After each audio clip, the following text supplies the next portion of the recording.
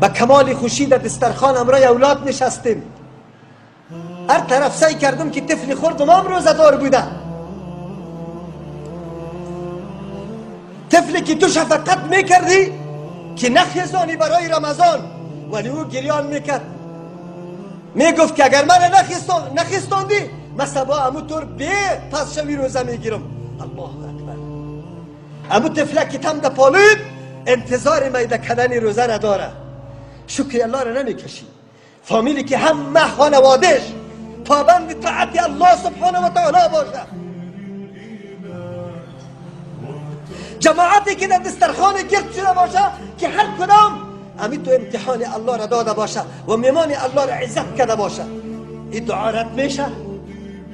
این دعا رد نمیشه. تو اگر بدانی شکر الله را بکشی، الحمدلله. مثل که در رمضان می